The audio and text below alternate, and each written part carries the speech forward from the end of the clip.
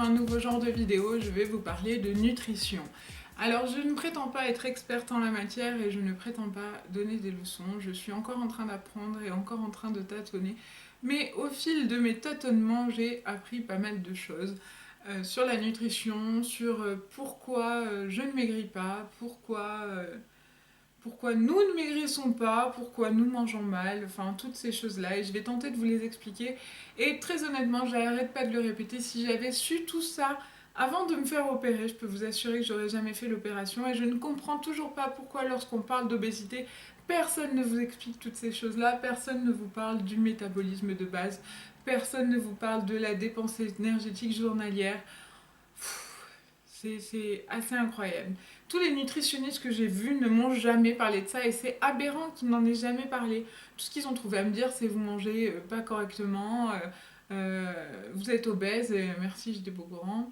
Bref, voilà. Donc aujourd'hui, je vous parle de ça. Donc on va commencer avec le métabolisme de base. Vous vous posez souvent la question de comment perdre du poids efficacement, comment perdre du poids rapidement, comment... Alors attention, perdre du poids rapidement, c'est pas une bonne idée. Je sais, on vous l'a déjà dit 1 million de fois, mais perdre du poids rapidement, ça ne marche pas. Vous allez en perdre 10 rapidement et vous allez en reprendre 20 encore plus rapidement. Parce que oui, quand on perd du poids, quand on en reprend, on double. Crois-moi, croisant mon expérience. Bref, rapidement, c'est pas la bonne solution. Ce qu'il faut, c'est durablement. Et pour perdre du poids durablement, il faut comprendre certaines choses. Donc en fait, il y a une petite chose qui s'appelle le métabolisme de base. Alors le métabolisme de base, qu'est-ce que c'est? Le métabolisme de base, c'est le nombre de calories que ton corps consomme pour faire marcher tes organes. Et ne rien faire d'autre. Juste faire battre ton cœur, faire que ton estomac digère ou que ton foie. Bref, en gros, ce que tu dépenses comme énergie pour pioncer. Donc le métabolisme de base, il y a plusieurs calculs, notamment un calcul dont je me suis servi et plein de sites qui permettent de le calculer. Donc je vous mettrai les liens en barre d'infos. Et ce métabolisme de base va vous aider à comprendre comment maigrir. Vous n'arrêtez pas de répéter, je mange une feuille de salade, un morceau de jambon et je maigris toujours pas, mon poids sur la balance il bouge pas, pire, j'ai grossi. Bon. Alors remettons les choses dans leur contexte. Quand on calcule son métabolisme de base, on le calcule par rapport à son poids, à sa taille, à son âge et si l'on est une femme ou un homme. Une fois qu'on a déterminé ce métabolisme de base, on a un chiffre. Pour moi, il s'élève à 1650 et des patates. Donc, en gros, le minimum du minimum de calories que je devrais ingérer pour une journée, c'est 1650 calories. Parce qu'en dessous de ça, mon corps va croire que c'est la famine, que c'est la guerre, et qu'il faut stocker tout ce qui ne lui servira pas à faire marcher l'intérieur dedans de toi-même, il va stocker.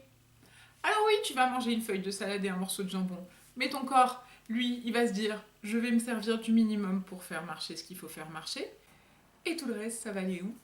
Eh ben ça va aller dans tes cuisses, dans tes fesses, et partout où il faut pas, quoi.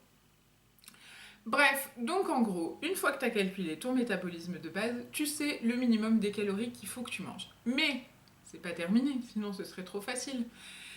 Quand tu te lèves le matin et que tu vas bosser, et selon le boulot que tu fais, eh ben, tu vas dépenser des calories en plus. Et ça, c'est la dépense énergétique journalière, la DEJ.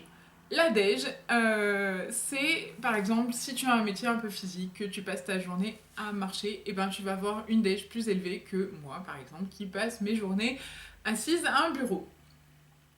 Mais si tu rajoutes à ça du sport, eh ben, tu vas augmenter ta DEJ. Donc en gros, tu vas finir ton petit calcul et tu vas calculer quelle est ta dépense énergétique journalière. Donc le nombre de calories qu'il te faut pour ton métabolisme de base, auquel va s'ajouter le nombre de calories qu'il te faut pour vivre toute ta journée, pour bosser, pour réfléchir, pour marcher et pour faire ton sport. Alors pour moi, vu que je me suis mise au sport, j'arrive à un total calorique de 2200 calories, un truc comme ça. Je me rappelle plus exactement. J'ai pas de chiffre en tête. Mais ça, c'est propre à chacune. Il faut pas faire comme moi. Forcément, je fais 1m72, je pèse 85 kilos. Donc, si tu fais comme moi et que tu fais 1m60 et que tu fais 60 kilos, eh ben, t'auras pas le même résultat que moi. Et si tu manges comme moi, bah, tu risques de grossir. Bref. Donc, une fois que tu as fait ton calcul, tu sais quelle est ta dépense énergétique journalière. Ça s'arrête pas là. Ce serait trop facile. La dépense énergétique journalière, c'est le chiffre que tu as qui va te permettre de savoir comment manger. Donc ce chiffre-là, si tu manges exactement ta dépense énergétique journalière, ton poids, il va rester le même. Il va pas bouger, tu vas ni grossir ni maigrir. C'est le poids pour rester stable. Si tu manges au-delà de cette dépense énergétique journalière, tu vas prendre du poids et donc du gras. Et si tu manges en dessous de cette dépense énergétique journalière, là, tu vas maigrir. Par contre, tu ne dois pas trop descendre en dessous de cette dépense énergétique journalière. On compte un maximum de 500 calories en moins. Donc, par exemple, moi qui suis à 2200 calories, je dois manger 1700 calories, puisque j'ai baissé de 500 calories pour pouvoir maigrir. Là où ça se complique pour moi, c'est que je suis opérée de l'estomac et manger 1700 calories par jour, comment vous dire, c'est un peu compliqué. Bon, alors toi, tu as fait ton calcul, et là, tu as compris que tu devais manger correctement. Tu devais manger un certain nombre de calories. Mais c'est pas terminé. Ce serait trop facile. Oui, tu dois manger un certain nombre de calories, mais pas n'importe quelle calorie. Autant dire que si tu vas au McDo tous les jours et que tu manges tes 1700 calories, par exemple, comme pour moi, eh ben, c'est pas génial ni pour ta santé, ni pour la perte des kilos.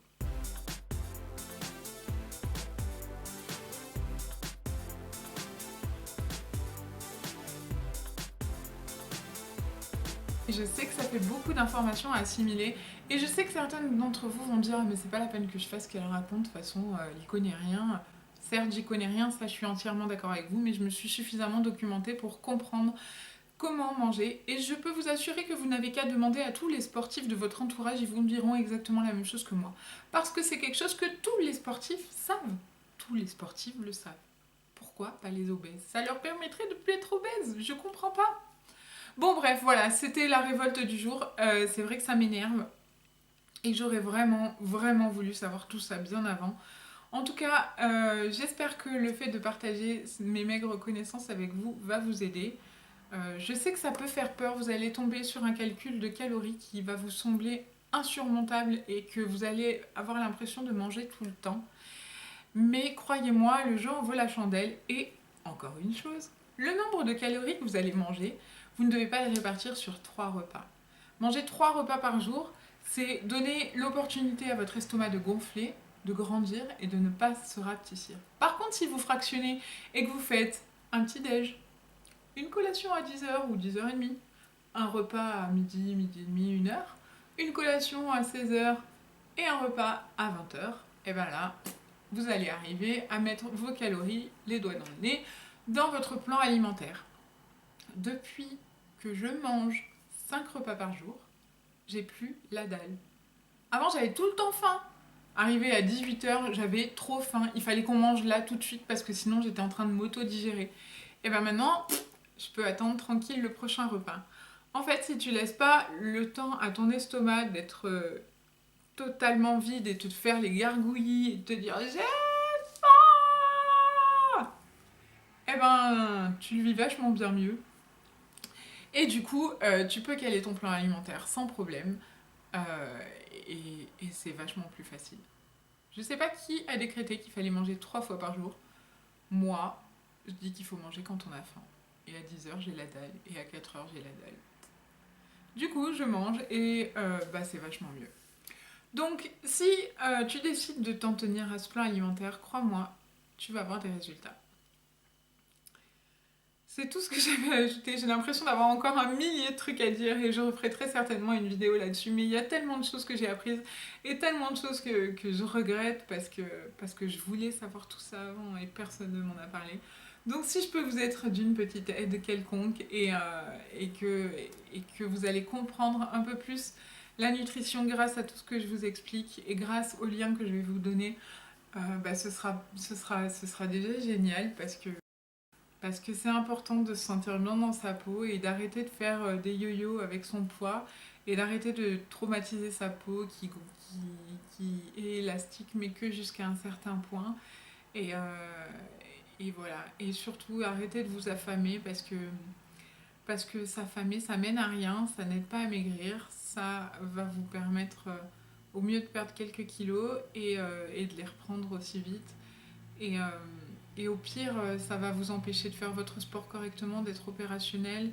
Ça va, le gras, les kilos que vous allez perdre des kilos de muscles. Vous donnez tellement de mal et tellement d'efforts pour prendre ces muscles que si vous vous affamez derrière, bah, ça va pas puiser dans le gras forcément, ça va puiser dans le muscle et vous n'allez pas prendre ces muscles.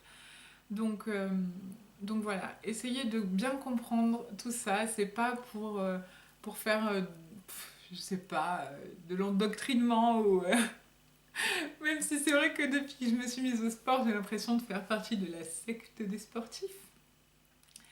Mais voilà, il y a beaucoup de choses à comprendre. Je vous invite à vraiment lire tous les liens que je vais vous mettre et à essayer de comprendre par vous-même. Et puis ben, comme ça, vous allez perdre les kilos dont vous souhaitez vous débarrasser. Vous ne serez pas fatigué, vous ne ferez pas des malaises en faisant votre sport. Donc à l'arrivée, ben, c'est que du bonheur. Donc ça vaut le coup de comprendre et connaître tout ça. J'espère que ça va vous aider. J'arrête de parler parce que j'ai trop de choses à dire. Je vous fais plein de gros bisous et en attendant la prochaine vidéo, je vous dis à très très vite mes copines. Ciao ciao.